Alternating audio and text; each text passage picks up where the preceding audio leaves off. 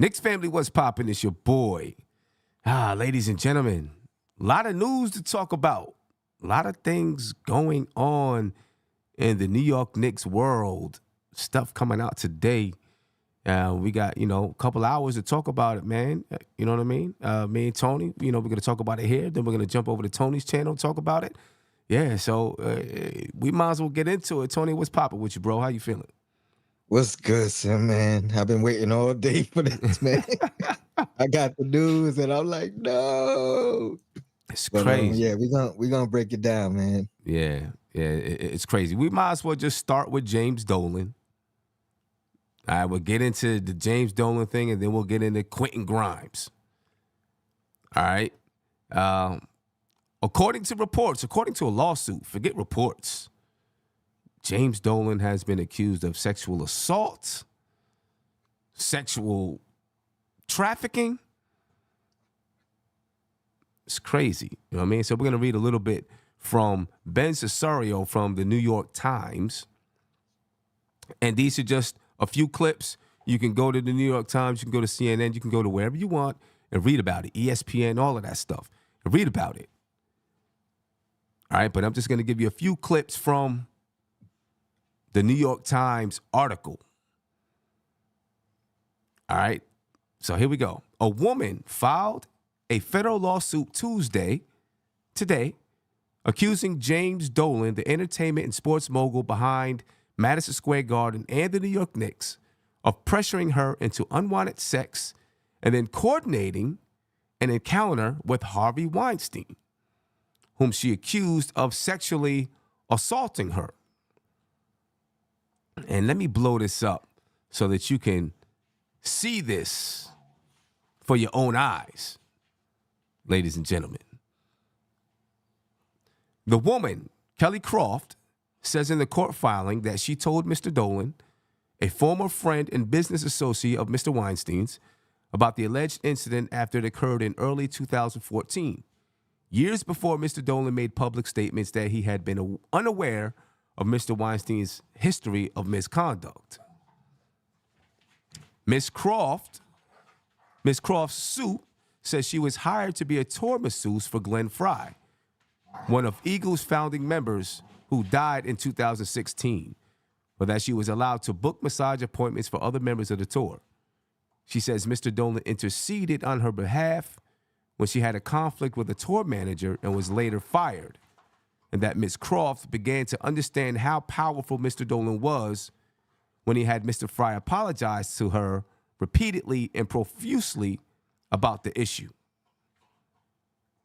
Mr. Dolan booked a massage, and at his appointment, the suit says, he dragged Ms. Croft to a couch and forced her hands between his knees. She resisted, she says, and was adamant that she did not want any sexual relationship, but he pressured her into sex, according to the court papers. Mr. Dolan summoned Ms. Croft to his room multiple times during the tour, and she felt obligated to submit to sex with him.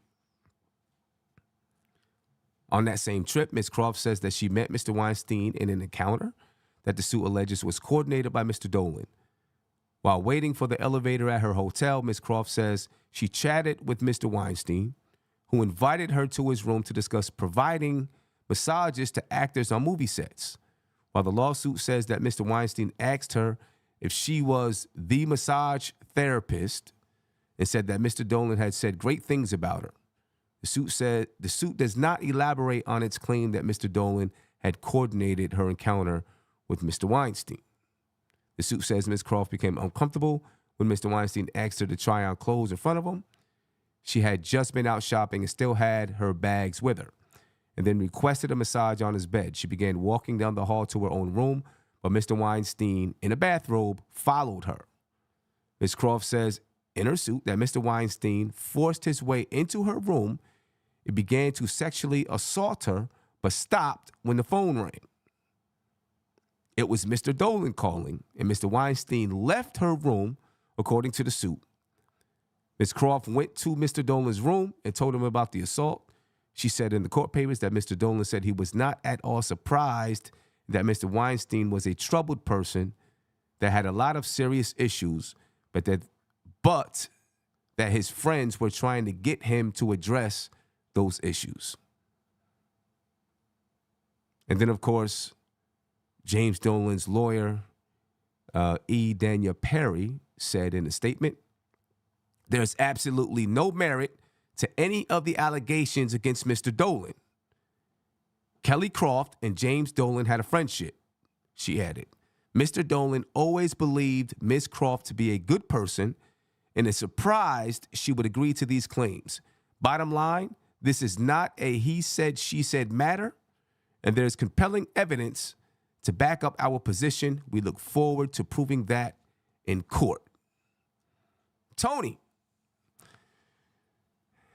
some quick thoughts. We're going to get into this deeper and its ramifications on the Knicks and all of that kind of stuff on Tony's show.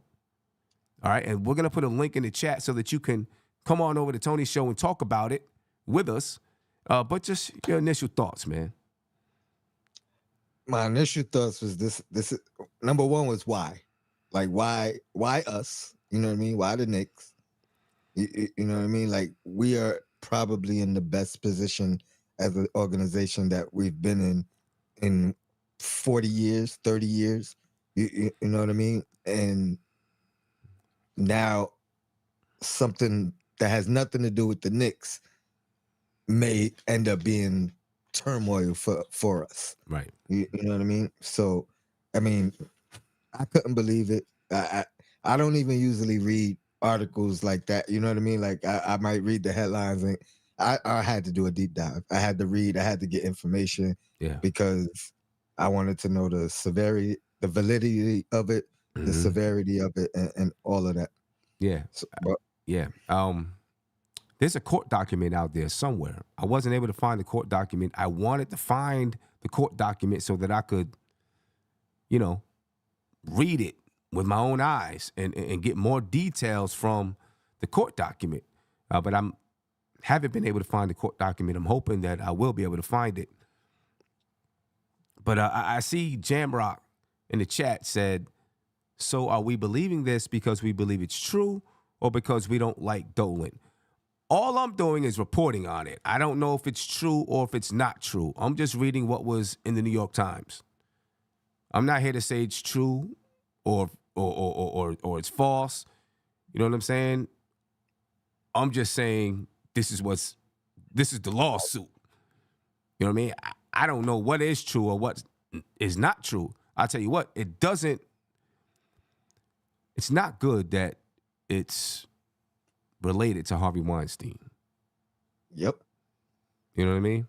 That's not good at all. That gives it validity right there. Right. And if I'm not mistaken, she was already one of the accusers he's been convicted for. Right. So she didn't, if she didn't really need to bring Dolan into it because she already had her lawsuit with Weinstein. So it's just. Here's the thing. One, he's not going to go to jail because it's a civil lawsuit. Right. So no matter the outcome, he won't go to jail. Now, will the NBA ask him to step down if it's found it to be true? Will they ask him to step down as the Knicks owner? Who knows? You know what I mean? But he's not going to go to jail. And I would think most likely it's probably going to be he's probably going to pay her some money. I mean, she's looking for it. So she says that she wants to, have him confess to the truth and so on.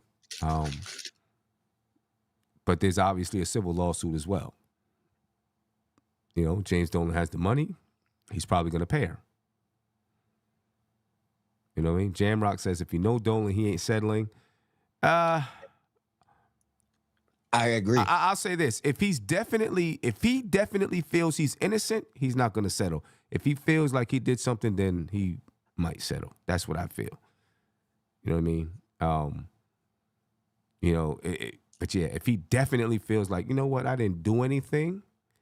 And I do find it a little bit funny when you read the article that at one point she says, you know, Dolan asked her or tried to force her to have sex with him during the massage. But then later on, when it happened with Harvey Weinstein, She calls him. she calls him.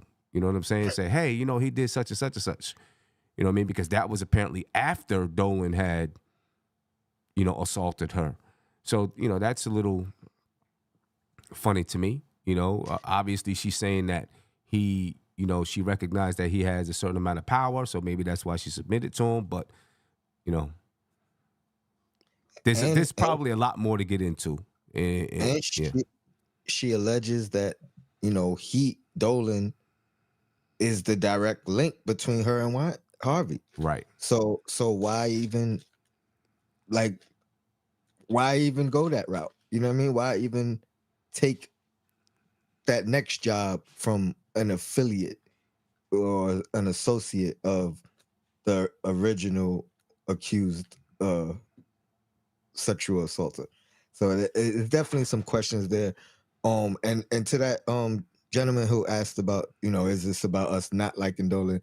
Me personally, I've always, and I believe you have always defended Dolan as well when it came to like how he helps former players. You know what I mean? Like I've never been a guy who's been on that fire Dolan train or get rid of Dolan because I've looked at number one thing for me with the Knicks is he's never been afraid to pay.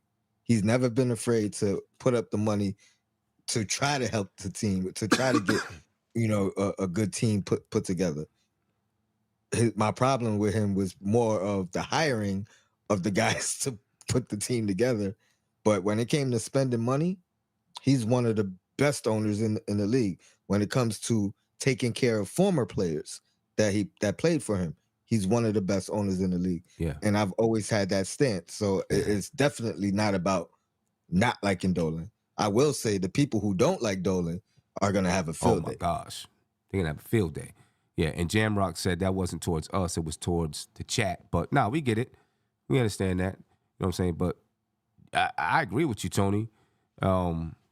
People who don't like Dolan, they're going to have a field day, you know, and you know, trying to do whatever they can, raise enough stink to get him out of there. You know, the thing is this. I don't know how much power the NBA has over the situation, but James Dolan is the majority shareholder at MSG. So it's not like the board of directors can ask him to step down. He's the majority shareholder. So, you know, he has the final vote no matter what. You know what I mean? It's we're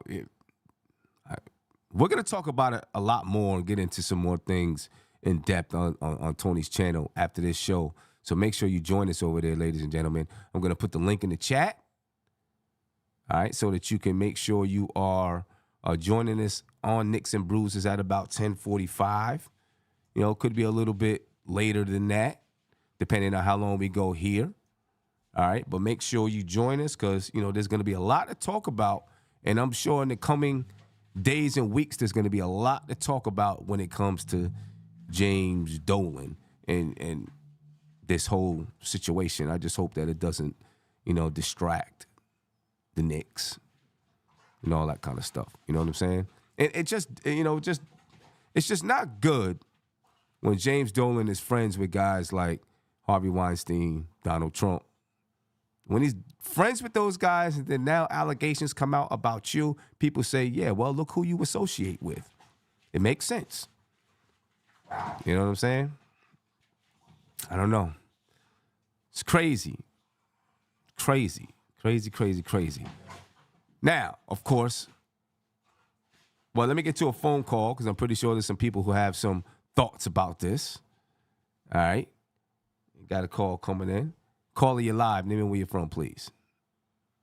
Hey, this is BLW, man, in Richmond, by way of Brooklyn. What's going on with you, brother? How you feeling? Yeah, I'm doing all right now. But my team, okay, so I think what's happening now is this. Things are starting to flesh out. I'm not really certain what's going on, but from Dolan leaving the board to all of the things that are happening now, something's going on with the team. I don't think it's a bad thing. I think it's a good thing. And I feel that once, and I'm not trying to be in any type of conspiracy theorist type of thing, but once this stuff settles down, we're going to be a better team. Okay. Are you saying with Dolan or with trades? Because we're getting ready to talk about Quentin Grimes being, in trade rumors and on a trading block. Which one are you talking about? Yeah. Both. Okay. Both. And I really think that we are going to get a superstar. It's just a matter of who. But I think something's happening with both. I mean, it seems like that's the Knicks' objective, right? The Knicks' objective is to bring in a superstar. We don't know how much this will impact it. Hopefully, it doesn't impact it at all. You know what I'm saying? But I'm wondering if I'm sorry, brother. I didn't mean to cut you off. Yeah. But I'm wondering, like, we've heard rumblings about Mr. Dolan for years.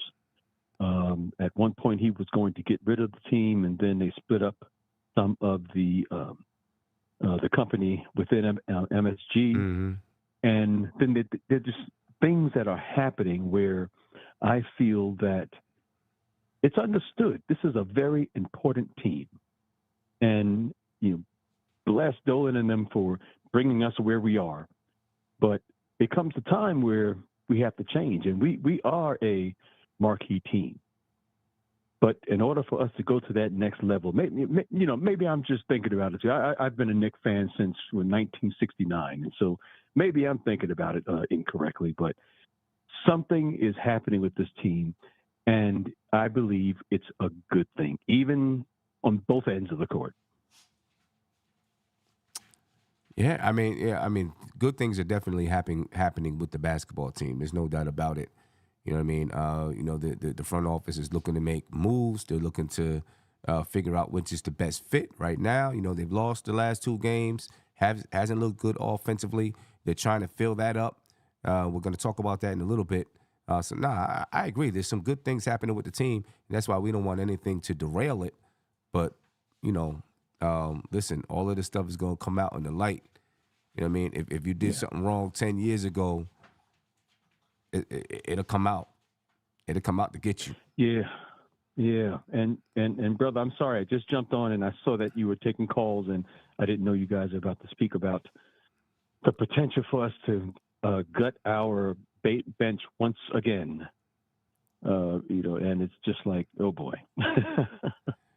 Yeah. I mean, but we might be adding something. We'll see. You know what I mean? We'll see. We'll see. I just what bothers me is right now we're making decisions. Mitch is out, Brunson is out, and I guess this is the situation where they're showing some of the talent. We've been seeing Deuce get some playing time, and it's been playing pretty well.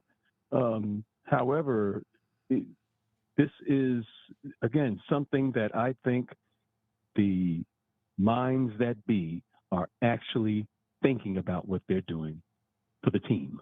And I really think that even though it's going to be scary, even though we're going to continue to watch the cardiac Knicks, it's going to be, I think it's going to be really, really interesting in a good way for what this team is about to do. Yeah, I hope so. Hey, what is BWL you said? Yeah, BLW. BLW. What you see is BLDBL.U. Oh, right. BLW. Yeah. Hey, man, I appreciate your time. Appreciate the call. Yeah, thanks a lot, All right. man. Later. Yeah, I do want to address some things in the chat. First of all, I do want to say to J Tap, you're right. We didn't lose 2 in a row. We lost 1. It feels like 2 in a row to me because that Memphis game I felt like was a loss. You know what I mean? Felt like it was a loss. But there's some people in the chat, a couple of people in the chat saying, filthy work. Juan B said, filthy work. Anyone sticking up for pedos are sick. That's nasty work. I don't think anyone's sticking up for James Dolan. And I actually want to address, who is it? Reporter, right? because, and I'll put it up. I gotta highlight it somewhere, because I think you misinterpreted, or maybe I misspoke on what I was saying. But what I was saying is, I was actually giving validity to the claim, saying that she already is involved with the lawsuit with Weinstein. So when I said she didn't need to bring up Dolan, I meant she didn't need to lie about it. Exactly. Is what I'm saying. I'm saying that it's giving it validity because she already has won a lawsuit. You know what I mean? And this man is in jail. So why would she be lying about Dolan when she already got her lawsuit? Right. So I think you misunderstood what I was saying. I wasn't saying like she didn't have to involve him. I was actually saying there's no reason for her to be lying at this point. So I was actually saying it's probably true, but like I said, we'll do a deep dive after the show. Right. So yeah. So next time, maybe it'd be nice if you kind of ask Tony what he was saying. You know what I'm saying? Because I known Tony for a while, and I know, what I'm saying, how much he protects women. He has a daughter. I have a daughter. You know what I mean? And our jobs are to protect our women, and that's that. That's how much I'm going to go there. Is I ain't going no place else with it. Still, these are allegations. We're reporting what's in the New York Times. I'm not saying they're false. I'm not saying they're true. I'm just reporting what's there, and then giving our opinions on it. So there it is, like it or not. You know what I mean? Let me get to another phone call here, then we're going to get to Quentin Grimes. Nick from Jersey, what's popping with you, brother? How you feeling? What's going on, fellas? How you doing tonight? I'm good. We're good. I was actually interested to move into Grimes, if you didn't mind. Yeah, let's do it. We can move on to Grimes. I mean, what do you think? I mean, I know you're thinking that we got to make a move here and bring in somebody on the bench to replace quick. I am thinking that the Knicks got to make a move. You know what I'm saying? And bring in somebody for the bench. I'm gonna read some stuff from Fred Katz, in his article from The Athletic. But I think the Knicks need to make a move, and bring in. I mean, we've seen it the last two games. The Knicks offense has struggled without Jalen Brunson there.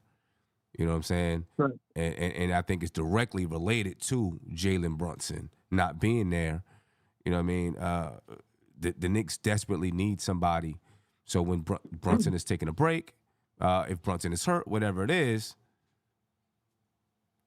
to man that spot for a little while, because Deuce doesn't do the same things, doesn't have the basketball IQ yet. You know what I'm saying? To do the things, the offense doesn't move the same. It doesn't roll the same. It doesn't rock the same, in my opinion. So yeah, I think we need one. Who before you get into who you want them to trade for, who in the Knicks bench would you either trade or fit? I mean, are you so you want to trade Grimes for a guy like Brogdon?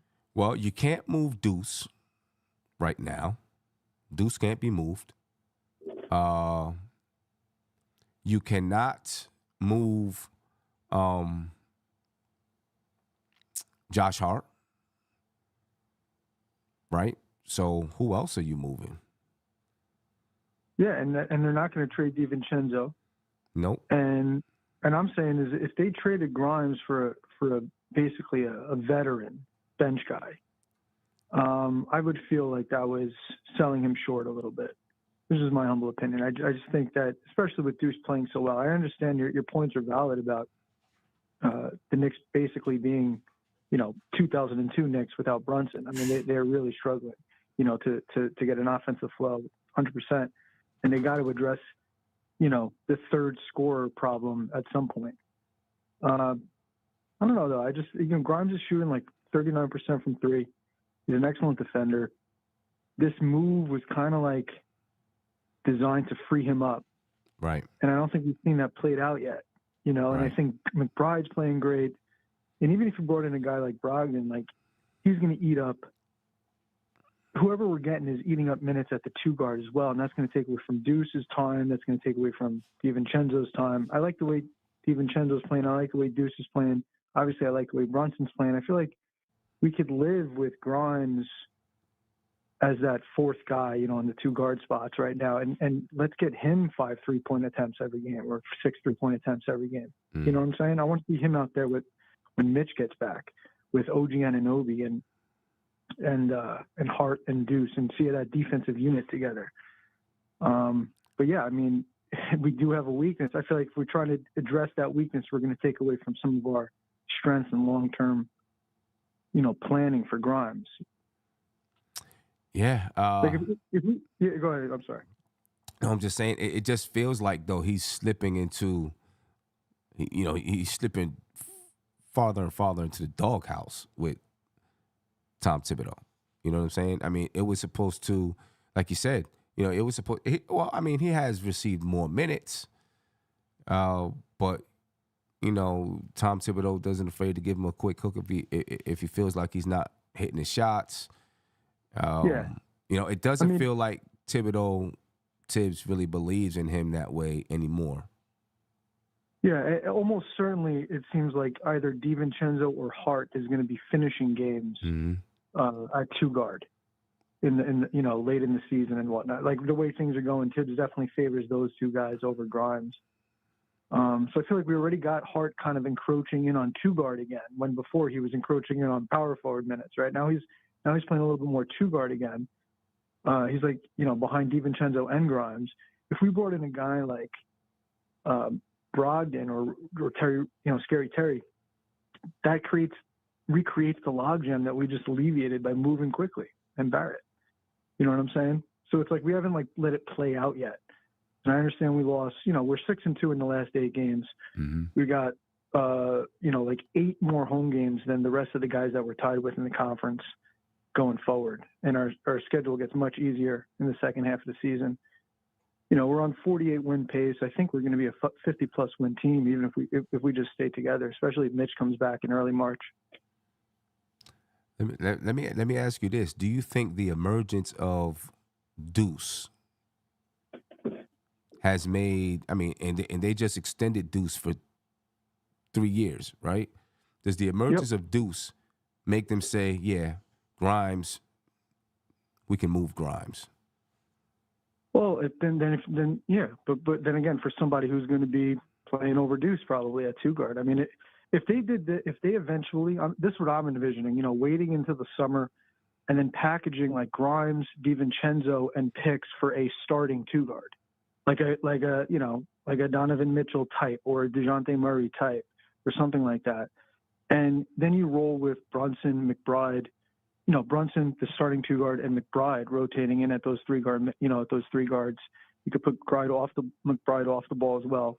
Somebody, McBride always next to either Donovan Mitchell or Deuce or Jalen Brunson helping him on defense. That's always a possibility. But I don't know. I want to see Grimes. I personally believe Grimes and Deuce together can replace quickly. That's how I look at it. And it's also, we're also seeing, the bench also now has OG over RJ. Right. So not only has the starting unit gotten better with OG over RJ, but the bench has gotten better with OG over RJ. And I feel like, okay, so there's an improvement there on the bench. Can Grimes and McBride, produce what Quickly was giving us, but in a different way? I think they can. If the defense fuels their offense, they're basically going to have to be a fully transitional team. They're going to have to ride Josh Hart, him creating, getting to the rim and then spraying it out for open threes from OG, Grimes, and Deuce.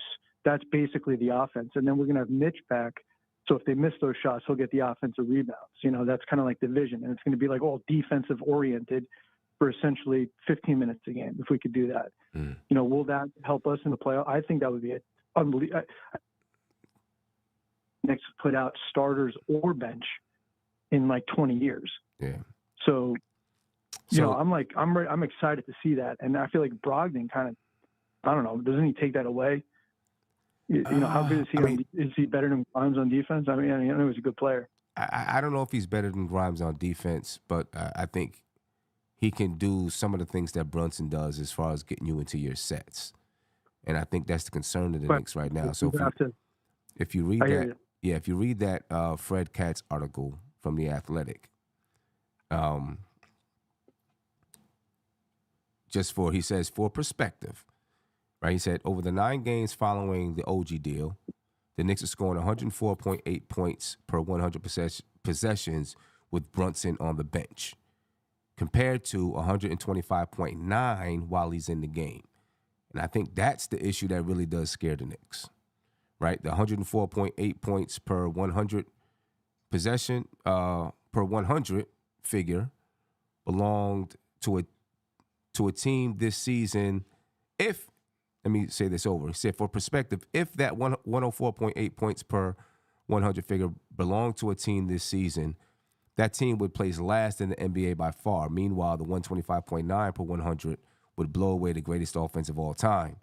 So I think that's the disparity that they're concerned about, right? With having Grimes and Deuce out there on the floor without, in lieu of Brunson. Right. You're just not scoring the ball. Well, Brunson's averaging like 36 minutes. So let's just call it, basically it's 12 minutes. And those are going to be the quote unquote bench is really if either Deuce is out there or if Brunson's out there, really. Right. Because everything else is kind of secondary, Grimes versus DiVincenzo, they'll rotate in and out, Hart and whatnot. But those 12 minutes, I feel like that unit they could hold teams below 25 points a game, in 12 minutes.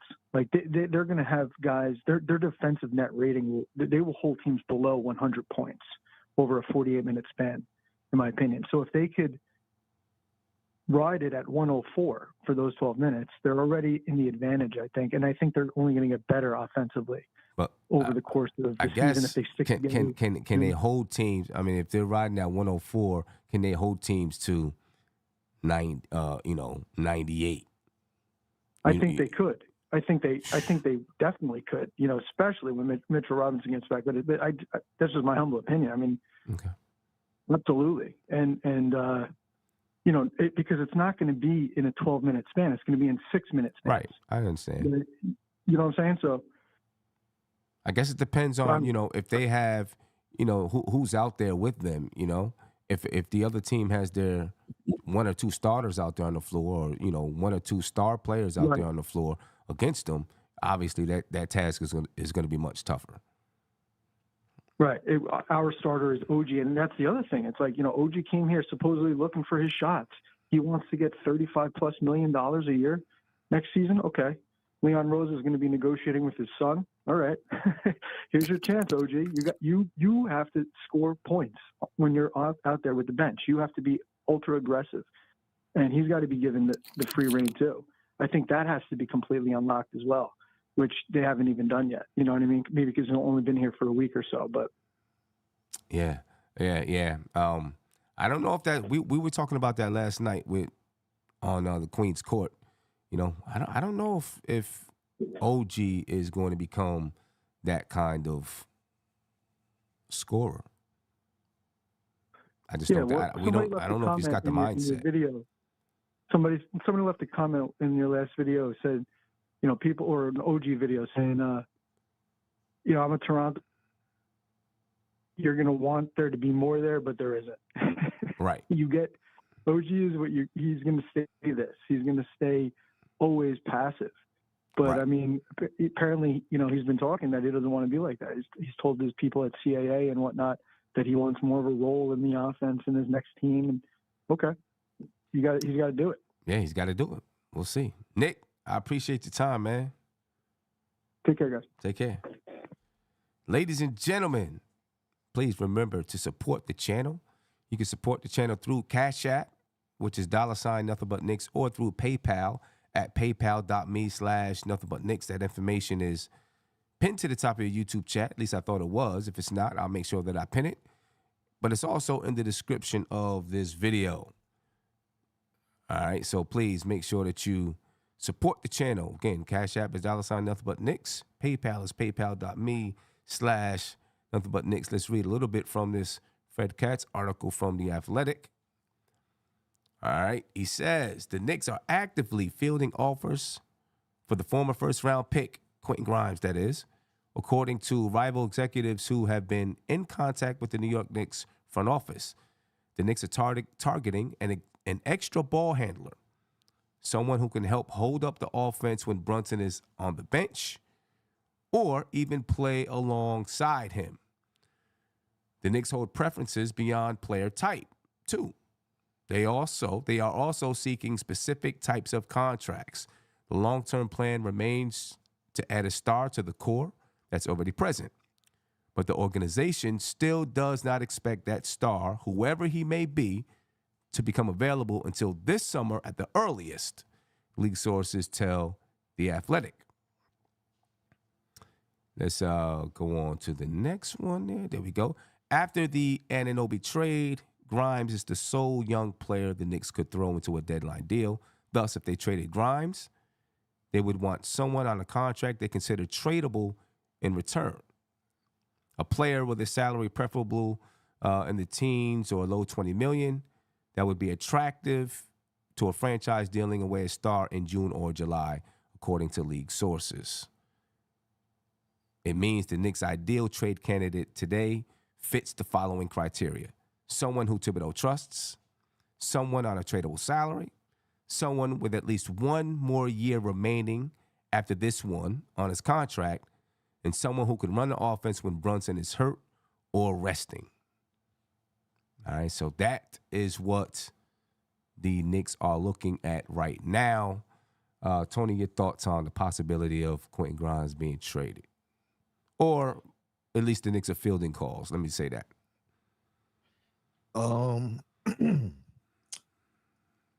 This is another one that, like, when this news came out, it kind of upset me as well to an extent, right? Because he wasn't the most valuable of our young guys, coming into the year. But he is kind of like the last one left. Mm-hmm. So it's like, I believe they're fielding the offers. I don't know if they were in like direct contact with Cats, you know what I mean, to kind of put the news out there, because why would they? You know what I mean? Like they usually keep things close to the vest, keep it quiet. You don't really hear about too much that they're thinking in the public. You know what I mean? So I think it's accurate news, Mm-hmm. but I don't know if it was like direct contact relayed. You know what I mean? Or something that they necessarily want to put out there. Right. I mean, it sounds like it was really from other executives across the league and, sources, maybe beyond the Knicks. I don't know how much Leon Rose is in contact with reporters and things like that, putting stuff out there, because most of the time when moves happen with Leon Rose, nobody knows about it. And that's my point. But I mean, we got to keep improving. Mm-hmm. I'm not mad if we move him. He's pretty much the lone young asset that we have remaining anyway. So I mean, we all speculated that he's the guy that would be put into the next move, along with a Fournier for the money. Right. So I mean, it makes sense. I wish we were talking about the actual trade as opposed to, you know what I mean? Because we know this part already, right? And so it's like, are they taking offers for Grimes? I don't believe that. I believe he's just kind of like the lone young guy left that would be available. You know what I mean? Like, You went through the list of certain guys who aren't available yet, like DiVincenzo, right? He can't be moved yet, or was it Hart? Hart can't be moved. Hart I'm can't not be sure moved about yet. Deuce DiVincenzo, but signed the extension. He can't be moved just yet. Like that would have to be in the off season. We know we're not moving Brunson. We know we're not moving Randall. We can't. You know what I mean? You can't really move Hartenstein right now because we don't even have a replacement. You know what I mean? Mitch is down. So like if Mitch was available, then I would say now it could be a bigger conversation. Maybe Mitch could be moved. Maybe Hartenstein would be expendable. But right now, Deuce is just the only guy we got, right? I mean, I'm sorry. right. Grimes is the only young guy we got. And then we got the salary filler, and then we got obviously the draft capital. Now that's where I would be interested in knowing how many of the picks are they willing to move. Right. You know what I mean? That would be a Now, interesting. according to this article, they're still not willing to move unprotected picks. They're willing to move protected picks because they have Dallas, of course they have Detroit, they got Washington, right? But they don't want to move unprotected picks because they want to save them. Milwaukee. Right. I'm saying in 2024 picks. But they don't want to move, any unprotected picks, right? They want to save those picks for that supposed star. But it does say the Knicks are actively fielding offers for Quentin Grimes, and that's according to rival executives who have been in contact with the Knicks front office. That's what he says, and that's a direct quote from Fred Katz. Yeah, so yeah, Uncle Fulio was popping, man. Salute, Sam. Salute, Tony. Can you guys hear me? Okay. Yes, sir. Yes, sir. Okay, I'm in a crappy hotel. Got crappy Wi-Fi, so I just want to make sure y'all can hear me. Okay. Salute to the chat. Salute to the You gotta MBK spend fam. some more money on them Tony, hotel rooms, man. I did. I did. Anyway, Tony, I know you're going to be on after this to discuss the Dolan thing a little bit further. I'll try to get on to talk about that, but we've obviously segued into something else. I'll just quickly say that I'm disturbed by the allegations, and that's it. In regards to Grimes, I don't think Leon Rose and the front office said anything to any one of the reporters. I think what we see right now has been obvious. It's completely obvious. Like, the Knicks are in win now mode. They're looking to win right now rather than it takes that time to develop all these young players and stuff like that. And I think we saw this coming, a couple off seasons ago when they tried to make the move for Donovan Mitchell. Think about it. Like, outside of Mitchell Robinson, all those players that were supposedly included in that first trade are now gone. They're on different teams. And these are the young players that this front office has drafted. So they're not looking to, develop all these young players and keep them on the team for years. They're looking to make moves. And I have no problem with them going in that, with that, from that standpoint, as long as they decided which way they wanted to go. So I have no problem with what they're doing right now. I think when it comes to moving Grimes by himself, you're not going to get back much for him because he's not making that much money, right? So it's going to have to be Grimes with a Fournier to try to get that other player in here. And like I said, Fournier, they want to extend Fournier's money because it's use or lose at this point. They can't afford to lose Evan Fournier's money and letting him walk. So they got to be able to try to extend the life of his contract, so to speak. So I have no problem with the Knicks looking to move Quentin Grimes or Evan Fournier. And we need another creator in here, plain and simple, in order for us to compete in the playoffs, in my opinion, and be a formidable contender. Yeah, Quentin Grimes is making 2.3 this season. He makes 4.3 next season, basically 4.3. And then there's a qualifying offer of 6.3 for 25-26. So I mean, like it says in the article, you're coming to a crossroads with Quentin Grimes. They're gonna have to make a decision. I mean, and if this report is correct, I mean, they've obviously made a decision. Okay, what are we gonna do? Let's see if there's anything let's see if we can make a move. You know what I mean? And package him and Evan Fournier, for a guy. I think who's that guy? I don't know. I got a question. I think it's also. Go ahead, John. Real quick, Tony. Real quick. I think it's also important to note that I don't think that guy, whoever that that Fred Katz is alluding to in this article, or from a Knicks standpoint, in my opinion, what they're thinking, and for me personally, that guy doesn't necessarily have to come in and be a starter. I think this starting lineup with Brunson healthy is good. We just need another creator to come in off the bench. And I totally disagree with the last caller about, well, that other guy, whoever it is going to play 12 minutes behind Brunson or whoever's in the starting lineup. No, because I think that guy is also going to be on the floor with Brunson and Randall come crunch time, just like Quickly did. And I've always said I think that is the dynamic that this team is missing, and that can make them different than the Boston and Milwaukee. We might not have the same starting lineup as far as talent. We have a great starting lineup as far as fit, but what Boston and Milwaukee don't have is that guy coming off the bench to add on to that scoring. And I think that's where we can get up there to that next level. So go ahead, Tony. I'm sorry. Question for both of you. What do you think changed, if anything, considering, like you stated, Josh, all the guys that were supposedly offered in the original Donovan Mitchell trade no longer here, right? Other than Mitchell Robinson. And then Grimes was the one guy who they was gung-ho on not including in that trade. What do you think changed, if anything, in the Knicks' perspective of Grimes from then, where he was the untouchable out of the young guys, to now, where he's the last one left and willing to be moved? Well, Grimes was making the least amount of money as far as those players. So I think that we could also have to look at it from that standpoint. Like, his money wasn't a big chunk of what would have went out in that trade anyway. So they had to, as far as the young players, they had to maximize salary in order to get up to Donovan Mitchell's number, right? So I don't really necessarily believe that Grimes was the untouchable one. I just think that it was more of the logistics in regards to moving him. That's why he was not included in that initial trade for me. Yeah. I think they're looking at Grimes.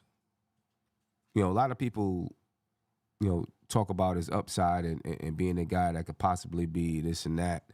And I think the Knicks have looked at him and said, he is what he is.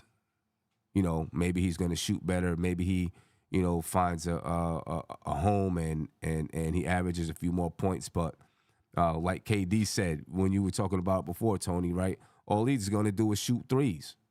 That's it. You know what I mean? And when we were having discussions about him in the starting lineup, one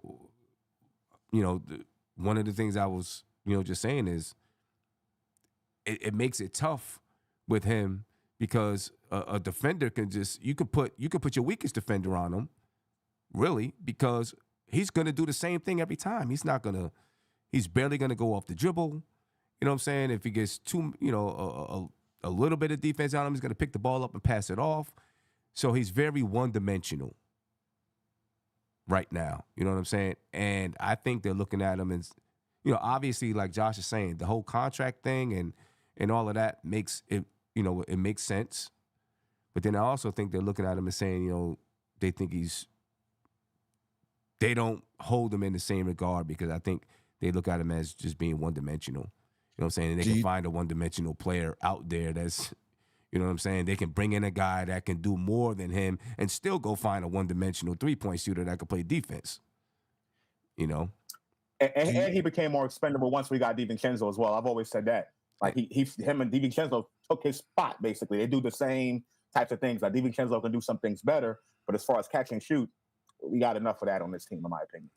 And with Deuce, and it's only been a couple of games, but with Deuce showing that he can shoot the ball, proving that, his confidence is picking up, they're probably like, we bring in another guy that can do some of the things that Jalen Brunson does, not at Brunson's level, but can do some of those things.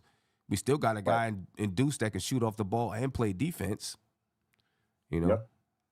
Yeah. Do you think they were expecting a leap from Grimes and they didn't see it and that changed? Or do you think it was a hyperbole when seemingly they valued him more than the other young guys? I think they didn't see the, part of it at least is that they haven't seen the development from him that they thought they would see. Okay. And having the ability to, help handle the ball in that lineup, put the ball on the floor. You know what I'm saying? Some of it, I'm sure, was hyperbole about him being untouchable. Listen, if the trade was right, they would move him. It's no way that they was not going to trade Quentin Grimes for Donovan Mitchell, right? No way at all. You have unproven versus proven. You know what I'm saying? All NBA proven or whatever. You know what I mean? Versus a guy who's only played however many minutes in the NBA. So there was no way that Quentin Grimes was going to hold that trade back. I think more of the latter, though, Tony. I mean, I agree with Sim 100%, but I think it's more of the hyperbole aspect of it, and just people kind of feeding into the whole untouchable thing more than the other part. But I think Sim is 100% right. I agree with him. I will say this: there was reports back during that time from the former Laker, the Jerry West. Jay West. Yeah, Jay West. Saying I remember. He thinks Grimes is gonna be better than RJ. You know what I mean? So I just always wondered at that time how much did those words coming from him, if it meant anything or changed anybody's opinion, because he's definitely a valued opinion. You know what I mean? Right. Let me get you a phone call real quick. Spray, what's popping with you, brother? How you feeling? What's going on, guys? Doing good, man. Doing good. How you feeling? Just trying to figure out what's going on. Stuff going on with the New York Knicks on an off day. Well, figure out how to improve the team, man. We're good, but we want to be great. I get it. About that every night. That's why my wife kicks me out when I make these calls. Anyway, couple things. The Grimes thing, I think you guys all hit on it. Like Grimes, we all appreciate him. He has a certain skill set, but he's limited. He doesn't go off the dribble, like you said. He just shoots threes. That's fine. I mean, he's shooting 39% from three. I appreciate that. Sim, I needed more from it. I expected.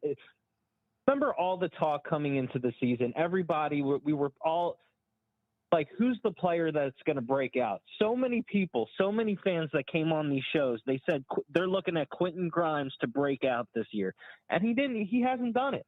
Now, some of it, to be fair to him, he was tentative with the starters. I blame Quentin Grimes some of it. Some of it, too, to be honest, is he didn't get many opportunities at times, too, in the starting lineup where he didn't touch the ball enough. But I can't make – Sam, he is what he is. You hit it on the head. Could he shoot it better? Yes. But he's not a limited player. You say he's not a what player? Limited. Yeah, he's limited. Can't go off the dribble. So I'm okay if they trade him. Obviously, get something back good. Obviously, we're going to have to package whatever. It's not just going to be Grimes, but understand the whole thing of why they would consider moving him. I have a Mitchell Robinson question for you. Okay. And for the panel. Do you think Isaiah Hartenstein, and can you hear me okay? Yeah. It breaks up a little bit every once in a while, but for the most part, we can hear you. Do you think with the way Isaiah Hartenstein has played, has changed how you feel about Mitchell Robinson's future with the team, and has changed how the organization feels about position for the Knicks? Or do you think it's just, Isaiah Hartenstein, they see him be on the team for the future, they'll do what they need to do to give him the money, and they still believe in Mitchell Robinson? Like, where are you at on that?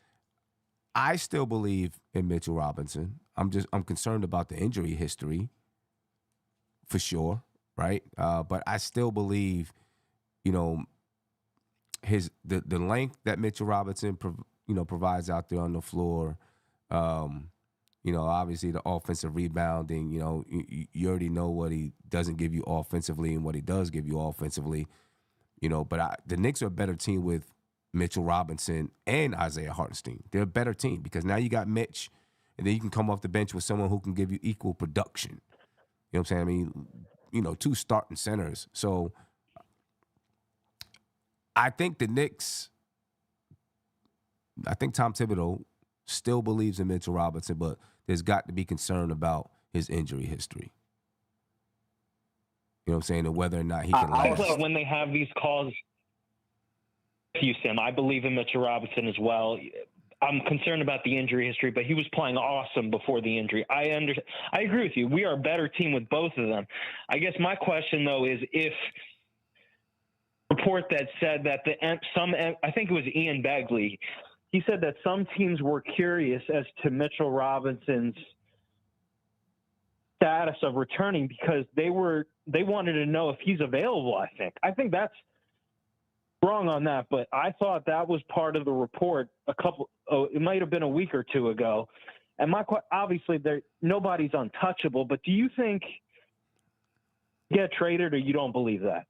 Do I think Mitch is going to get traded? If the right move comes along, I think anybody can be traded if the right player comes along. So, you know, could he get traded? Yeah. I think he could. Yep. Spree, you there? Can I add something real quick, Spree? I'm curious. Tony, go ahead, Tony. It's Julio. Listen. I think if Mitchell Robinson would have stayed healthy, I think the team was more likely to move Hartenstein. And I do agree with Sam. I think the Knicks are better with both of them. The issue is you're not paying both of those guys 12 or something million.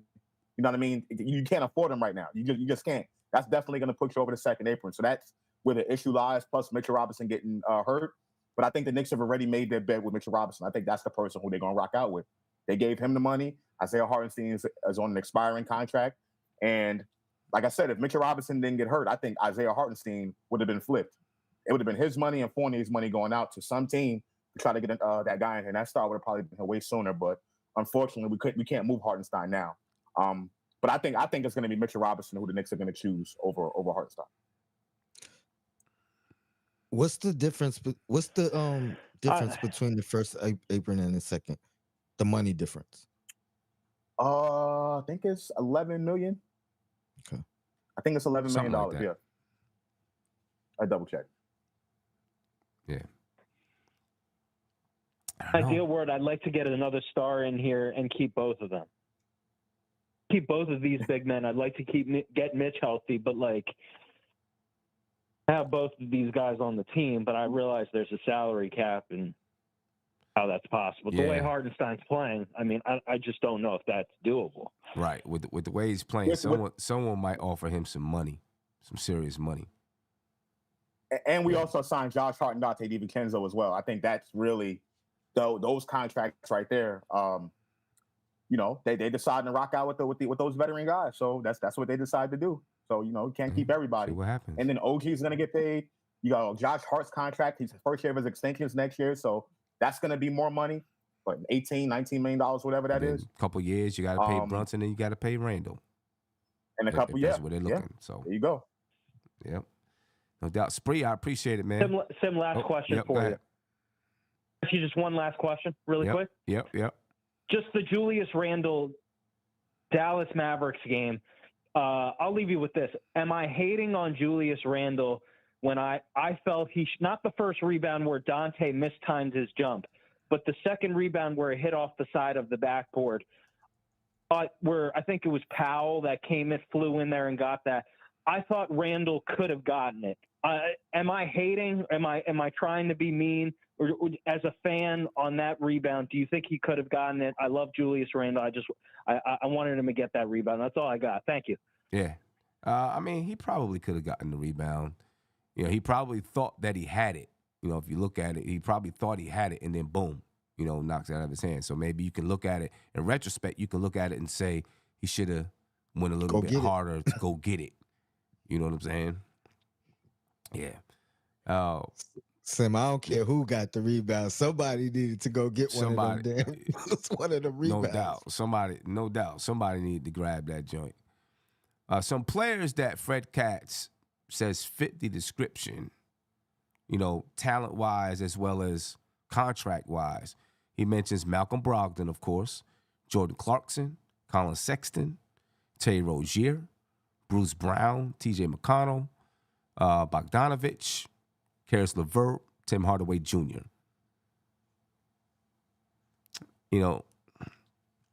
Of the guys that he mentioned, for what I'm thinking, Malcolm Brogdon, Colin Sexton, Terry Rozier, kind of fit the bill. I don't know about Tim Hardaway Jr. He's just he's a shooting guard. I don't think he's what we need at all, with Tim Hardaway Jr. I think you need a guy that can run the show in that second unit. That's what I'm envisioning. You know what I mean? What do you guys think about with the names that I just read off? Brogdon, Clarkson, Sexton, Rozier, Bruce Brown, T.J. McConnell, Bogdanovich, Karis LeVert, Tim Hardaway Jr. First thing I'll say is take T.J. McConnell out. I'm not rocking with him. I like him, scrappy player, but he's not what I'm looking for as far as from a creative standpoint. Yeah. I love Malcolm Brogdon. I like Sexton. I do want to say that I think that creator doesn't necessarily have to be a backup point guard, so to speak. I think that creator can be anybody that can play the 2, the 3, or the 1, whoever it is, to come in and come in and play alongside of Brunson and Randall, right? So you would preferably look for someone who can guard up, right, on the defensive end. So I like Brogdon a lot. Clarkson is pretty tall. I got to really take a look at his contract. But that player does not have to be a prototypical backup point guard, because I'm envisioning not just the minutes when Brunson's not on the floor, but putting that player on the floor with Brunson and Randall to take the ball out of their hands, take that pressure off. Yeah. Primarily because, like I've always said, come playoff time, teams are going to scheme up much easier against Brunson and Randall. I think teams already know that the jury's it's easier to guard Brunson and Randall come playoff time because of how we run our offense. So I like Brogdon, I like Clarkson, Sexton. I'm with that. Yeah, I'm intrigued with Colin Sexton. I'd really be intrigued with that move there. I like the way he plays defense.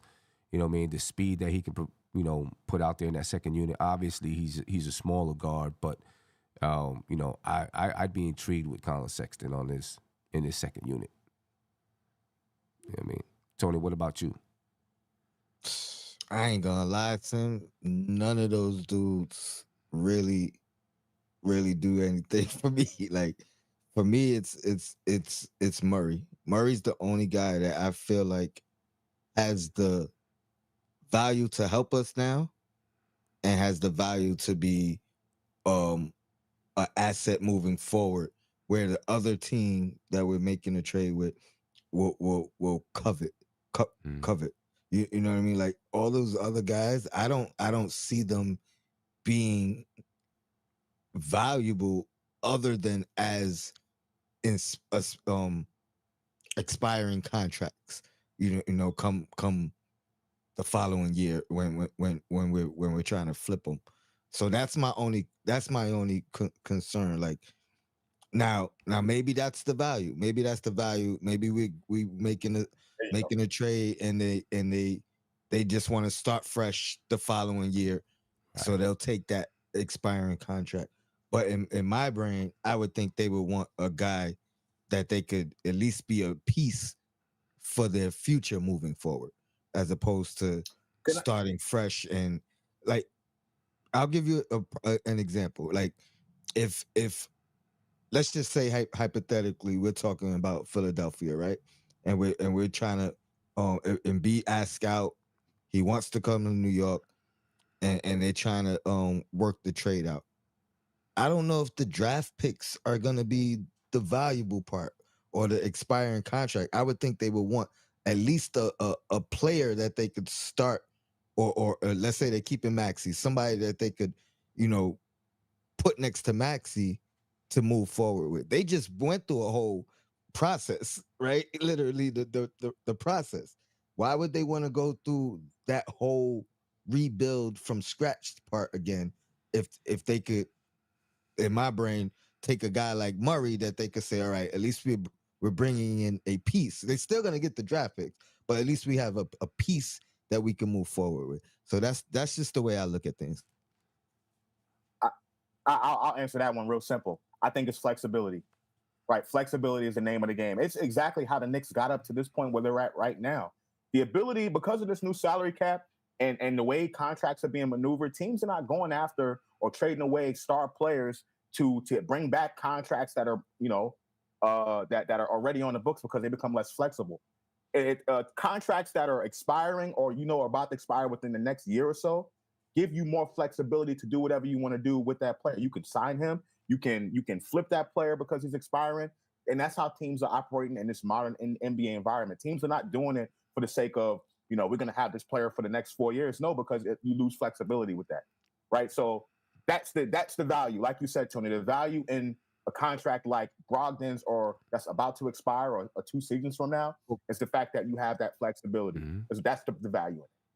Flexibility, I think, goes that fits more for a team that is semi-established already. They need the flexibility. If you're starting from scratch, you're gonna have flexibility. So we talk about 2 guys, 3 guys under contract at that point. So you're still gonna have the flexibility. A team like Philadelphia, for example, they have how many people under contract after this year? You know what I mean?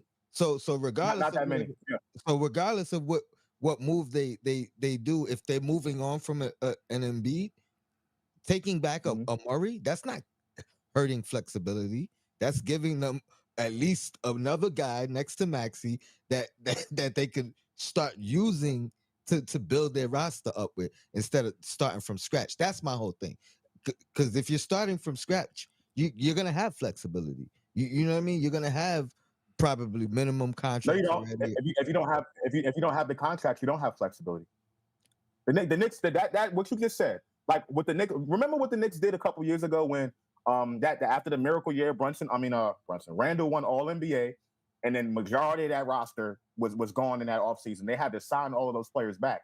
When the Knicks signed all of those players, that's when they got the flexibility, right? Because they had multiple contracts that they had 2-3 year contracts like that were within the season or the season after that were gone. Kemba, Taj, Nerlens Noel, all those contracts were gone. That's flexibility.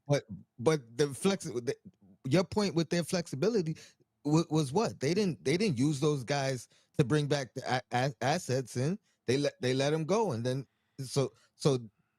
what's the difference between? They did use those guys to bring back assets. They did use those guys to bring back assets. Remember, Nerlens Noel. We got the trade exception and his deal, Kemba Walker. We got the draft picks in that deal. I'm talking about finishing pieces, like finishing pieces. We didn't use them for. Like that's what we're trying to do now, and we're using the young guys for that more so. But it was due to the flexibility that we had before. Is what I'm saying. It was due to that. That's where the Knicks started from. They got from that point, and then they were able to slowly work themselves into this point right now. To the fact that now we can flip Fournier to a team that because he's expiring, teams want that, right? That's where the flexibility comes in. Teams don't want these long-term they don't want to trade for long-term contracts anymore unless you're talking about trading for a superstar type of player. And even that is not even favorable. You know what I'm saying? You got to have, regardless of flexibility, you got to have players on your team. You know what I mean? And I would think you want players that you value. Like I understand. I'm not saying there's no value in expiring contracts. I'm saying I think me personally, if I'm a GM, if I'm running a team, it's less value for me in a player that I don't want, even though he's coming off the books, than a guy that I value as a player that I feel like I could use. Now, I'm not talking about a horrible contract. Again, this is why I say a guy like Murray. If I'm another team, if I'm Philadelphia, and you saying, I'm starting over, right? I'm moving Embiid. Who would I prefer? Brogdon as an expiring, or Murray that I could figure out, hey, maybe I could use this guy, or maybe I could flip him. That's what I'm saying.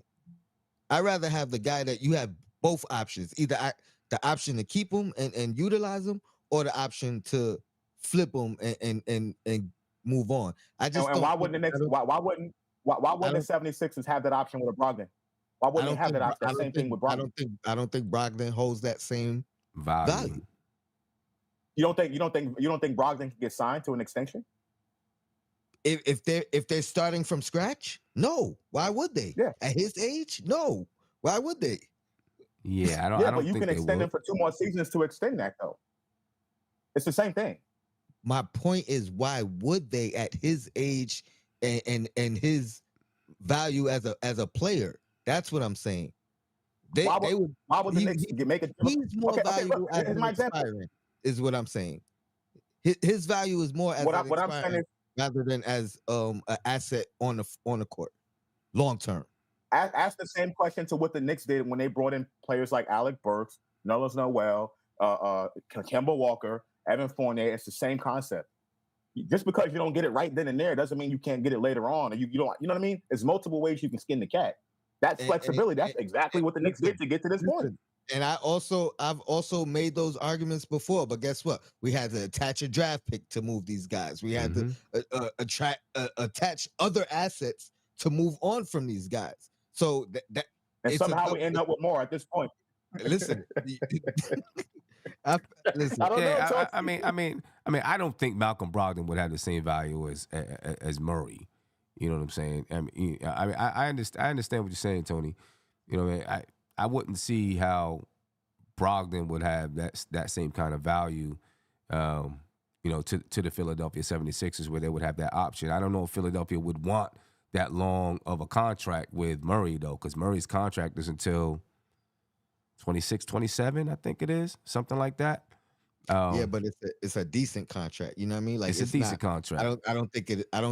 I think it's gonna maintain its value throughout.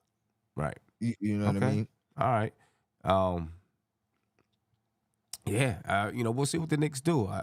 You know, it seems like they're looking for that guy that's $18 to $20 million. That's on, you know, that has 1 or 2 years left on the contract that they can, you know, attach draft picks to bring that star player back, whoever that star player is. And what I will say though is they've been making moves and surprising me in the moves that they make. You know what I mean? So I can't doubt their strategy. You know what I mean? Because they, like you said, Josh, they've been doing these little moves here and there throughout the past couple of years that even if we don't agree with them at the time, they end up looking like a good move down the road. So I will admit that I've been on record saying that anyway. It's just this particular thing, even the fact where they say they're not looking for the star now, they're looking for a smaller move. To me, that's like is weird to me. You know what I mean? Unless they just saying, "Oh, we know we can't get the star now," or maybe they just don't feel like the guys they can get now meet that level. Like if they, you know, they might not feel DeJounte Murray is at that level, the guy that they want, the type of player they want. You know what I'm saying? So it's like instead of attaching ourselves to Murray, who might, you know, we might have long term, we might not be able to move him. You know, let's do something that gives somebody some immediate relief in order to be able to bring in that guy. You know. Remember, I don't know if it was last season or the season before that, and I was like, yo, star players that are like superstars or at that type of level, they don't get moved during the regular season. Those players get moved in the offseason, right? So I don't know how that's a surprise to you, Tony. I mean, I get it. There is sometimes once in a while that happens, like Lillard, right? Or was that in the offseason? I don't know. I don't remember. Offseason, James But Harden. once in a while, it may happen. Yeah, but you know, for the most part, star players like that, they get traded in the offseason because, you know, teams have a chance to look at their books, things of that nature. And they want that. They want, you know, to see what they got, to be flexible. When you have a contract on the books for the long term, you're basically, you know, you're pretty much with that player until you're able, and then the other team is going to have to want him. There's just so many different things that have to happen. It makes the dynamic a little bit more difficult. I'm not saying it's impossible, but it's definitely more difficult. Yeah. Let me get to and not to mention, let's talk about fit. What about fit? I don't think Murray fits next to Brunson. I just don't, to be honest with you. Well, hold on. Let me get to a phone call. We get to that. Let me get to a phone call. Okay. Caller, you're live. He's been on hold for about 15 minutes. You're live, my man. Sorry. Talk to us. Hello? Hello. What's going on with you? Yeah, what's going on? Same and the rest of the guys on there. How y'all doing? Pretty good. Appreciate the call. All right. To me, I don't think I would trade Grimes because, you know, if you could give him some playing time, then I think he could be a little bit productive off the bench. What's your quick thoughts on that? And, secondly, we're not getting a star player like Leon Rose said. I'm not saying never, but it's like what Leon Rose is doing is something smart. He's not trying to trade half of the team and a bunch of draft picks for a star player. Basically, if you do that, you're repeating the Melo trade again. So, and Leon Rose doesn't want to go down that route. So, I mean, your thoughts is, to me, I think I would keep Grimes. I mean, what's your thoughts on that? Would you keep him and play him a little bit more? No, I wouldn't. I just don't think that. I just feel like Grimes is very one-dimensional. And if I can move him and bring in someone who has more dimensions to their game, can also play some defense.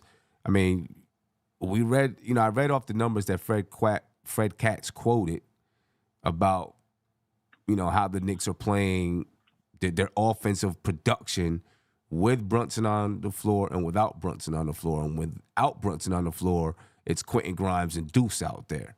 You know what I'm saying?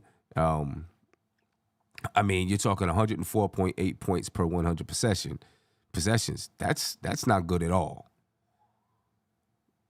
So I right now you can't trade Deuce. So Grimes is the guy.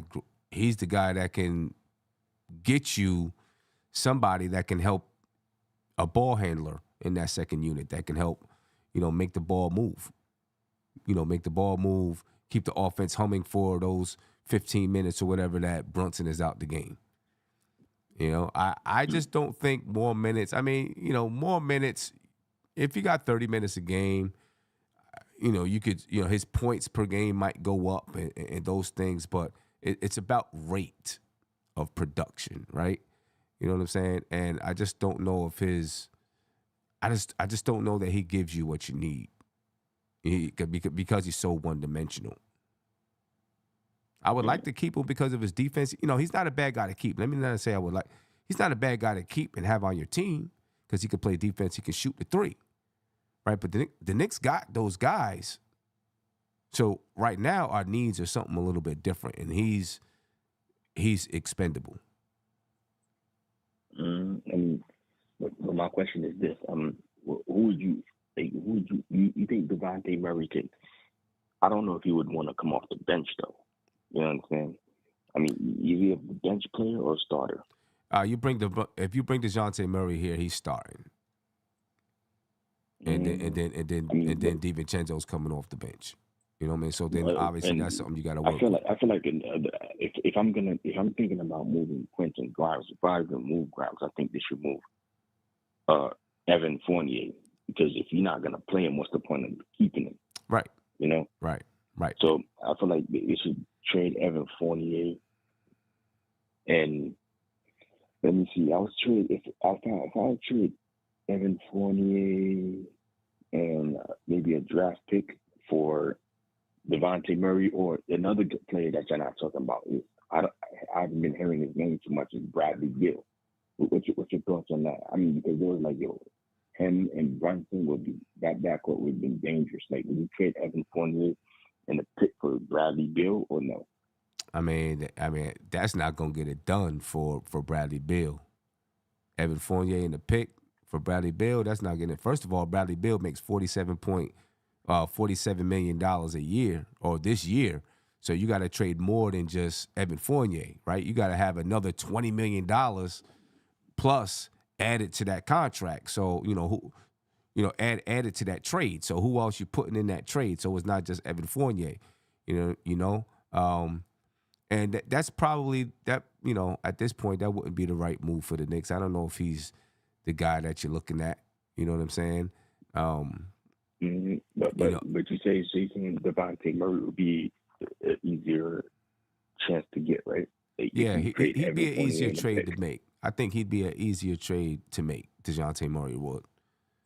Definitely. DeJounte Murray, through the life of his current contract, he won't make $47 million.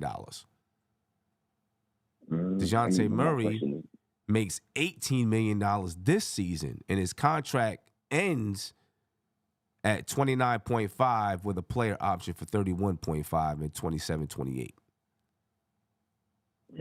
Yeah, I mean, so you know, would you trade?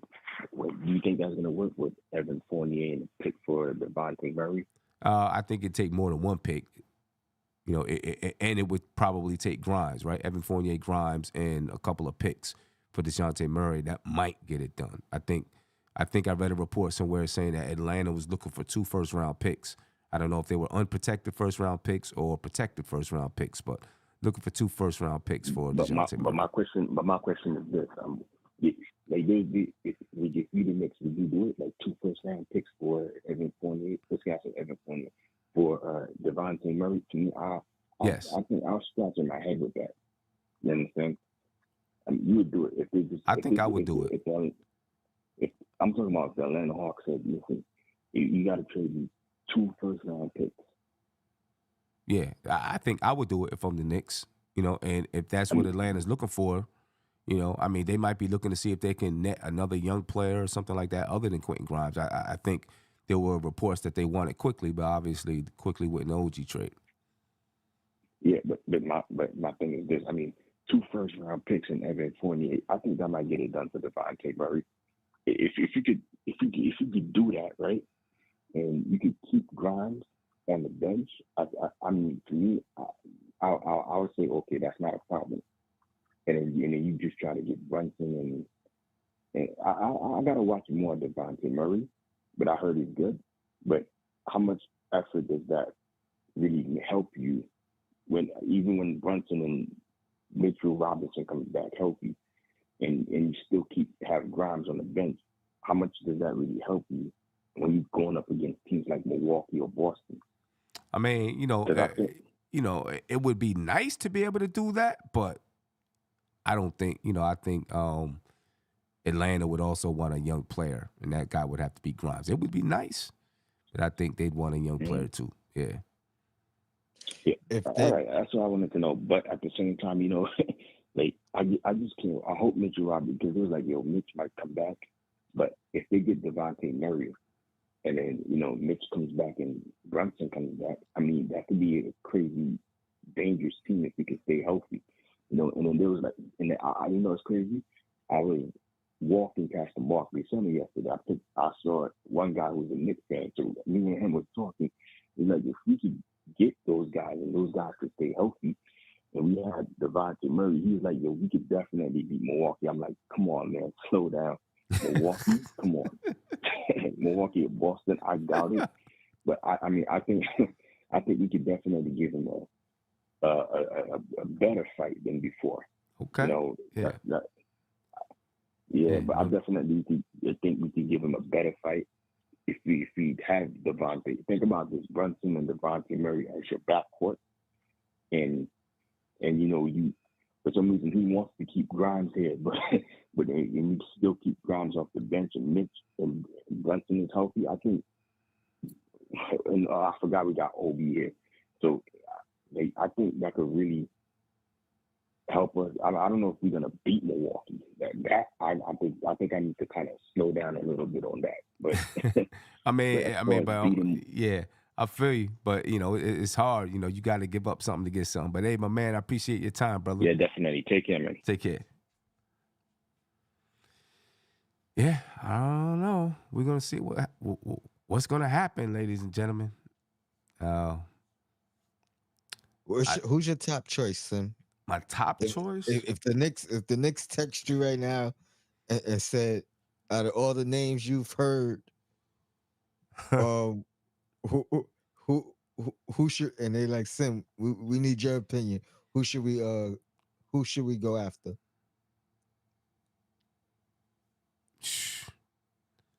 That's a good question. That's a good question.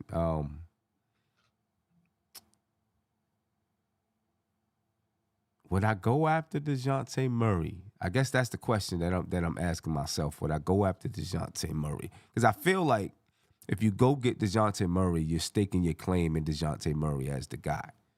Not the best player on your team, but as that third piece. Mm-hmm. You know what I'm saying? I do. I feel like you're staking your claim and you're saying, if I add DeJounte Murray to Brunson and Randall and OG and Mitch, that's a championship level starting 5 then obviously you got to, figure out a few things on your bench. You can use Murray on the bench. With the bench, you can use Jalen with the bench. You can stagger things like that. So, that's where I'm not sure. Does DeJounte Murray elevate this team to championship status? I don't know. And if I don't think DeJounte Murray elevates the team to championship status, then I'm fine doing a guy like a Colin Sexton or a Brogdon or one of those type of guys, so that I can flip them for the guy that I think elevates the team to championship status. Yeah. See, my top choice is still like any combination of like DeRozan, Drummond, DeRozan, Caruso, any combination of those two. It got to be DeRozan, but any combination with DeRozan and like Drummond or but the problem with that is I think those guys are all expiring now, so we would have to re-sign them. I wouldn't have a problem with that either. But those other guys, I'm not. I like Colin Sexton too. I like him too. I liked him, back in Cleveland as well.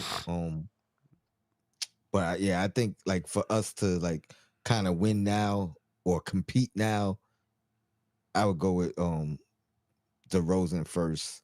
You know what I mean? Caruso, Drummond. Maybe we could combine those two. I would definitely DeRozan. I would definitely make a move for DeRozan though. I would. Now, could we re-sign him? And then if we extended him, we wouldn't be able to trade him for 6 months or for a full year. It'll be 6 months, but then you're risking putting yourself over the second apron, which at that point you can't aggregate contracts, and it makes it much more difficult for you to land a said star player. So that's the dilemma. The Knicks don't want to go after anybody that's expiring right now. I can just tell you that much, because it defeats the purpose of Fournier. You know what I mean? Of extending Fournier's money. And I would like DeRozan too. If the contract thing wasn't in play, I'll take DeRozan all day long, because I think he'll be willing at his age to come off the bench and be that person that we're talking about. For me, it's Brogdon though. I think Brogdon is the more natural fit for what the Knicks have going on right now. First and foremost, I mentioned fit. I'm not going to say DeJounte Murray won't fit. I think there needs to be some concessions that need to be made. If he wants to come off the bench, you know what I mean, take a minutes reduction. He's playing 35, 36, 37 minutes in Atlanta right now. He'll have to play come down to 25, 26. You know what I mean? The same minutes that Quickly had, essentially, right? I think the starting lineup is fine. You said what? Quickly's minutes last year. Yeah, and they even went down a little bit more this year. You know what I'm saying? So there's going to have to be some concessions made right there with that. And then I just think the starting lineup is good where it's at. I think the starting lineup we got can compete with Milwaukee's and the Boston's. I just think where we'll get to that level, that next level, is who we have come off the bench that can come in and play those minutes. You know what I mean? Those 15 to 20 minutes with Brunson and Randall on the floor. And I just think that player is Brogdon naturally fits into that bench role. You know what I mean? That 25, 26 minutes a game that the Knicks have available. So. Let me get to the last phone call of the night, because then we're gonna jump over to Knicks and Bruises. Caller, my man, you're live. Name me where you're from, please. Is that me? That's you, my brother. Dude, I love it. This is Joe Long, calling from California. Longtime Knicks fan. All right. Remember Willis Reed, Dave DeBusschere, Bill Bradley, Dick Barnett, Earl the Pro Monroe, and Clyde. Yeah. And Dave Stallworth and Cassie Russell and all these guys. Nate Bowman. So I'm an oldie. Long time. But what the guy that I'm sorry I don't know your name is yet. I'm new to your chat, but the guy that mentioned DeRozan, that was my initial. I've kind of taken the side of Coach Cyan. I think he's in the chat saying Murray, but if I were to have my druthers, it would definitely be DeRozan and then Murray. But either one I'd be happy with. But I think DeRozan would be a nice matchup with the Celtics athletes if we added him and we have OG to combat those guys. I think that would be a nice fit. And it's not just one move that's going to do it for us this year. Like we need more pieces. But that would be another – I would consider him elite. So Brunson, Randall, DeRozan, that's a pretty good combination for a starting three that you can look to come leadership time in the playoffs. But my thinking is that we're not there yet, even with making one move like that. Like there still needs, like I've been saying, and I told you guys in the chat, you need a guy to bail out Brunson because he works so hard every game and he plays underneath the basket. Like his defense, he's getting banged around. He takes charges. Like he's going to get beaten up by the time playoffs come, in my opinion. So if we have a guy that's a good defensive ball handler, looks to assist, as a backup to him, I'd love that too. And I think that would be a strong piece to help, with Brunson's, just grueling the way because he gives his all every night, so he does. You got to get somebody behind him. You got to get somebody behind him. That's, I think Steph asked me yesterday, would I rather go get, Tony, you was on it, would I rather go get a center or a guard? And I'm like, guard, easy, easy. That's easy. I mean, that's the most important need right now. Yeah, Precious isn't, giving you everything that you need, but Isaiah Hartenstein is doing his thing. That guard spot is crucial right now, and you can see it with Brunson being out. You can see it.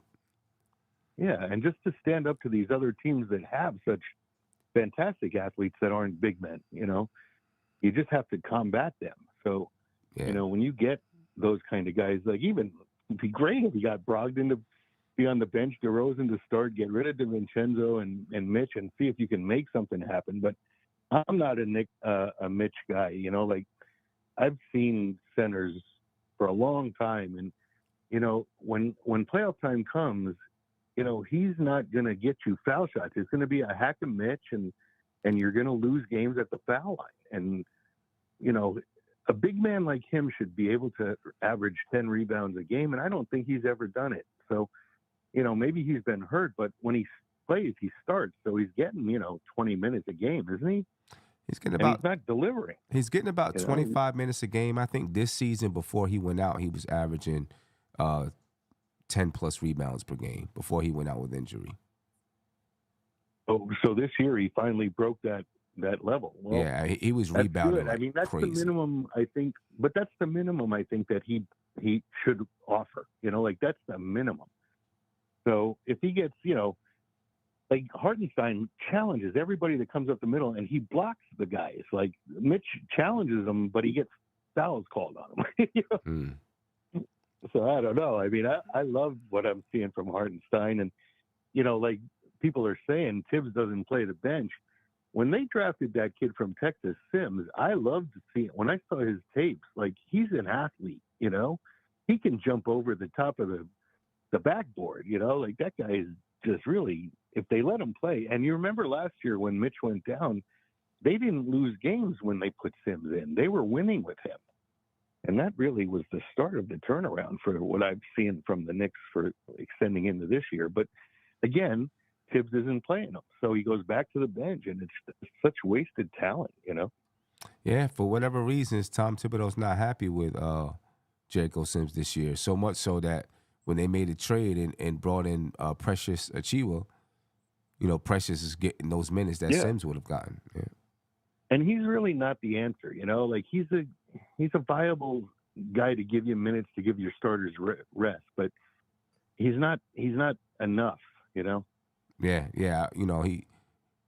He's like I said the other night, he's giving me Nerlens Noel vibes without, he doesn't catch the basketball when it's passed to him. But he is a good defender. He's a good defender. He can do some things out there. Yeah, and we haven't seen the ceiling yet for Sims. Like let's see what he can do on a more playing time schedule. Yeah. I'd love to see it because he does block shots. He hustles. He plays defense. He's athletic.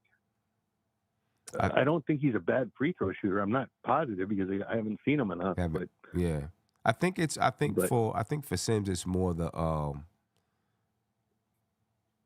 he needs more seasoning. And I think that's what it is, in my opinion. Yeah, I mean, he's a little too thin too. If he puts on like 15 pounds, he could be very good in the middle. Yeah. But I wish they would have kept Porzingis. You know, man, that guy was good. And now the Celtics, of all teams, right? Get him. Oh. Celtics of all Insane. teams. Tell me about it. Hey, my man, thank you for the time. Thank you for your patience. You're very welcome. Thanks for taking my call. No doubt. Have a good one. You too. Bye-bye. Excuse me. I do want to give a shout out to Kyle for the Cash App, $15 Cash App. He said, Josh is wrong. Knicks have Evan Fournier till the draft. They do have Evan Fournier till the draft. They have him until June 29th. So, you can, let's put it like this. The only way that the Knicks, if they don't trade Evan Fournier during the trade deadline, the only way that the Knicks would pick up his option is if they had a deal done during the draft. If they have a deal done during the draft, then you'll see the Knicks pick up his option and trade him to that team. If not, June 29th, they won't pick up his option, in my opinion. Correct, which I already knew. I didn't say anything contrary to what Sim just said, so I don't know where that came from. And by the way, the draft is during this season, right? So it's before the end of the league year, right? The draft is not after the start of the new league year. It's before.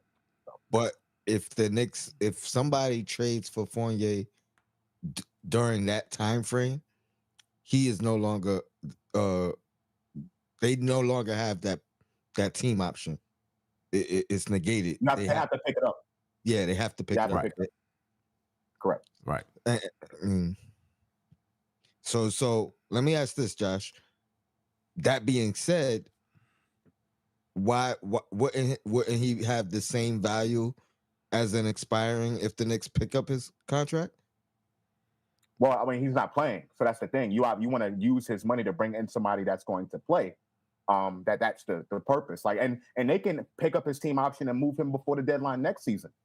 You know what I mean? They can do that. They can pick up his option. That's what I'm saying. If no other moves are made, why wouldn't that be wouldn't that be the value? Because you're saying the value is in the expiring, not in the player. Granted, he's not playing any minutes, but I would assume if the Knicks picked up his option, that would be so they have that 18 million one more time to move during the course of the year. I guess it's going to depend on where they are with their salary, and the aprons and all of that, because if you just blindly pick up his option and you don't know if that player is going to become available, you might be paying him $19 million and he never does anything for you. You know what I'm saying? And then you don't move him for that player. I would think. Is it going to hurt you if you let him walk and you don't have that 18 million and you can't, you know what I mean? Like now you got to dip into. Yes, it does hurt you. It does hurt you? I mean, yes, it does hurt you because if you lose his $18 million, the Knicks are not going to be under the salary cap threshold. They can't sign anybody in free agency anyway. No. The only way they can make moves. Well, the only way they can make moves is if they trade, right? So it's best for them to trade him instead of dipping into the Harts and the DiVincenzo's. You know what I mean? You have to gut a little bit more of your team instead of not having. That's what I'm saying. It hurts you to let him walk, as opposed to. That's what I'm saying. It hurts you to let him walk, as opposed to just picking him up, even if you don't utilize him, even if you end up not trading him. Granted, you just paid him for nothing, but you still have that option during the year to move him. Even if you have to do it, they can extend it out. They can play it out next. Yeah, they can play the same thing out next season. Yeah, they can. Yeah. By the way, the difference between the first and second apron is $10.5 million, so somewhere around $11 million. So it's $7 million from luxury tax to first apron and $17.5 from first apron to second apron. Yeah. It makes sense now. I'm understanding a little bit more of the logistics. All right, ladies and gentlemen, 11:45. We're going over the Knicks and Bruises. I'm going to take this last call, definitely the last one right here, and then we're going to head over to Knicks and Bruises. Caller, you're live. Name and where you're from, please. Hey, it's Mike from Freehold. I appreciate all of you. I appreciate you for taking my call. What's going on, Mike? Strong I know we Island. just spoke. Oh no, Jersey. You hear me? Yes, sir. Yeah, we just spoke the other night. So basically, a lot of great points today. Tony, everybody. I just really like what I'm hearing. A lot of different thoughts. I just think that if we just sometimes I'm thinking simple. What we've seen from this year, honestly, there was a point where when we had the other ball handler, like quickly on the floor, there was a lot of staggering minutes between, who that shooting, who's the starting shooting guard. It was Grimes. It was, we're moving things around.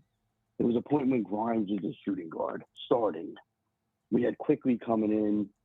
So yes, we can get a bench player. I know you mentioned Sexton, stuff like that, but to really simplify it, they're saying, they're looking for picks on one of those articles, on one of those rumors. If they're trying to blow up the team over there in Atlanta, if we could get Murray, just thoughts, he's a starter. Just like you said, I think Mitchell Robinson is a starter as well, as he has been. Granted, if somebody really wants him and some really great thing happens and we can make a move and we could get somebody great, whatever. We haven't been hearing anything like that. I like Mitch. I like Hartenstein. Hartenstein, wonderful off the bench. DiVincenzo, great. Either he's starting or off the bench. He's a bench player. He's known to be a bench player. The thing is that he's been real good. He was good for Milwaukee. He got better when he came here. If you get Murray, that solves your issue. You got DiVincenzo coming off the bench that could put points on the board. And then on top of it, Mitch getting healthy, we don't know exactly when. Obviously, the sooner the better. Mitch is a good enough center to start. He's done it. And you get Josh Hartenstein again off the bench. All of a sudden, we have our bench already. The bench is there. It's been there. We lost quickly. We get another scorer again. Let Thibodeau play around with, what we got to do. You know what I mean? As far as who you're going to start. But like I said, we had success with Grimes as the starter just because then we got that push coming off the bench from somebody. It was quickly in the past. I'm just saying, I think that if we could get Murray, I think that we would have that solved. And as far as Hartenstein, again, moving back to the bench, you know what I mean? If we get Mitch, I think then we have a two good squads coming out every night. Yeah. I guess my question is just, I don't have a problem with Murray. My biggest question is, does that take you to championship contention? Yeah, I mean, I agree with you. And again, it's like you were saying, you can get another guy, but it's just like, what's going to be, we don't really have an answer as what's going to be the championship contention. You know what I mean? I just think that makes two really good lineups. The Knicks had a lot of good success when they had two really good lineups, regardless. Right. The fact that now Hartenstein is starting and DiVincenzo's starting, you can't really help some of this stuff because of the injuries. And we are not the same team. We're not even close. Like even in the past, like years ago, even when, some of the mellow teams at times, when the bench was struggling, we struggled against some of those best teams, coming out of the East. So again, it's how are we going to stop? I think DeRozan, that was a good point. You know what I mean? Even the last caller when he was saying sometimes not saying this is the answer, but Sims, I did like Sims. You know what I mean? But now I'm getting off subject. But I think that DeRozan, and Murray, I think is probably your best option. I do like Sexton, but again, it's like, who are you starting? Who's that starting, two? Who is it? Right now, who is the best option right now? And I think as far as bench, we used to have a good bench. It was like, I'm glad that we got rid of Barrett, honestly, and we got the defender in OG. But, but the way I'm looking at it from my perspective is, if you don't get that starter, again, you guys mentioned with the contracts with DeRozan, and I get that. But I'm just saying, DeRozan, then he could come off the bench just because I think at this point of his career, like he's like, yo, I'm good with that. You know what I mean? But then you have, you could still start, Dante DiVincenzo in the lineup, and then DeRozan. You could kind of move these guys around just to get that one other guy. But it's like that other guy needs to be a proven, like, I'm the third option. Like, I'm the dude right now. I could do this. Yeah. I could get you a bucket right now. I could listen. I could learn quick. Like, oh, Brunson, what are we gonna do here? Randall, what are we gonna do here? Like, you know what I mean? DeRozan, dude, he's a pro. I mean, this guy is, he's been done that. Like, he's a professional. And Murray's still young. He's fast. I kind of like quickly. He can run the floor. He defends. So it's a two-way player there. I think both of those guys are really the best thing you possibly do. Unless in the off season you could hope that you can get Mitchell, Donovan Mitchell, and you could hope. But I think right now, the position that we're in, I think that we've been the best team that we've been in a while. I just don't like the last couple of games. I'm just not feeling it. Again, with all the picks, Fournier, Grimes. I think Grimes is another thing. I like when Thibodeau started him because it's like, oh, Grimes is, look at him. He's on the starting lineup. Grimes is starting tonight. Quentin Grimes. Why? Because, you give him that ball, he's open by the three. He's knocking that ball. He's knocking it down. And I get it, the one dimension. But some teams, they want the one dimension. You know what I mean? I'm telling you, I think he's an attractive sell. You know what I mean? I think we could move him. You know what I mean? In a pick or something. Get a guy like DeJounte. Get a guy like DeRozan. These teams aren't doing well. Chicago's not doing well. Right. Atlanta's not doing well. Yeah, well, I think the Knicks are in the postseason. I mean, I think the front office is thinking the same way and looking to add, one of those. I don't know if they're looking to add those guys, but another guy that can be, I think the Knicks are really looking for a guy that is able to come off the bench, but you can also play him next to Brunson in that unit so that he can kind of be like a third guy. A six man, like a true six man, that's going to come in and give you, can help you run the show, get you some buckets. You can play him next to Brunson. You can sub him for Brunson. You can move him around the board. I think that's exactly what they're looking for. But hey, what's your name again? Mike. Mike, thank you for your time, man. I appreciate it. Yeah, no, tonight's great. I think we had a lot of voices on here, and Tony and the other guy, Julio. I think I love hearing all the different views, and it's been great. Yeah, appreciate it. We're about to head over to Tony's channel and talk some more about this James Dolan stuff. So yeah, oh man, yeah, man. I know. Gotta pop up. You know what I mean? Something's gotta happen, right? Hey, I appreciate it, man. Appreciate your time. Every time. Yeah. All right, ladies and gentlemen, we're going to head on over to Knicks and Bruises. Please join us over there. I'm putting the link in the chat right now. All right. And we're going to get this thing started at like 11:45. So come on over and join us on Knicks and Bruises as we, talk some more about this whole James Dolan thing and all of that. In the meantime, as you're on your way over there, make sure you support the channel. Cash App is $ nothing but Knicks. PayPal is paypal.me/nothing but Knicks. That information is in the description of the video. It's also tagged to the top of your YouTube chat. Ladies and gentlemen, we're up out of here. See you on Knicks and Bruises. We're out. Peace. This is NBK, nothing but Knicks. When send past the assist, you know that it's #1 show that breaks down the game. If you can't play defense, stay out my way. Dribble the ball, come down the lane. 5 seconds on the shot clock, who gon' win us the game? You wanna hear Nick updates and trade rumors? Post-game reviews, this the place you tune in. So tell a friend just to keep the ball moving. Like the page if you feeling the movement. Every game we coming to win. Give us a sub like a player that came off the bench. This is NBK, nothing but Knicks.